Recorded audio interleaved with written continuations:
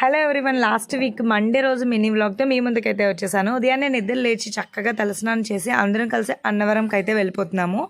మేము ఇండియాలో ఉండేటప్పుడు ఎవ్రీ ఇయర్ మా వెడ్డింగ్ యానివర్సరీకి అన్నవరం వచ్చి సత్యనారాయణ స్వామి వారి దాంపత్య వ్రతం అయితే చేసుకునేవాళ్ళం. ఆ సత్యనారాయణ స్వామి వారి ఆశీస్సులు ఎప్పుడూ ఉండాలని చెప్పి చాలా బాగుంటుంది ఈ వ్రతం చేసుకుంటే. నిజంగానే మనశ్శాంతిగా అనిపిస్తూ ఉంటుంది.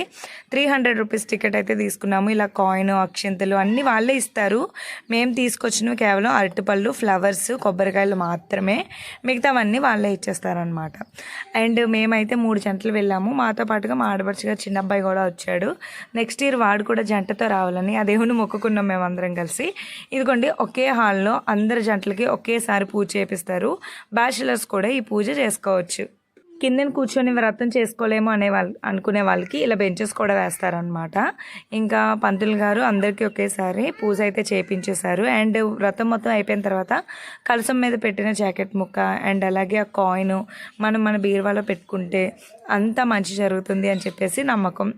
ఇలా వ్రతం మొత్తం అయిపోయిన తర్వాత అక్కడ మాకు అన్నవరం సత్యనారాయణ స్వామి వారి ప్రసాదం కూడా ఇచ్చేస్తారు. అది కూడా తినేసి ఆ దేవుడి గుడి మీదే, కొండ మీదే భోజనాలు చేసి మేమైతే బయటకు వచ్చేసాం. ఇదండి వాటి వ్లాగ్.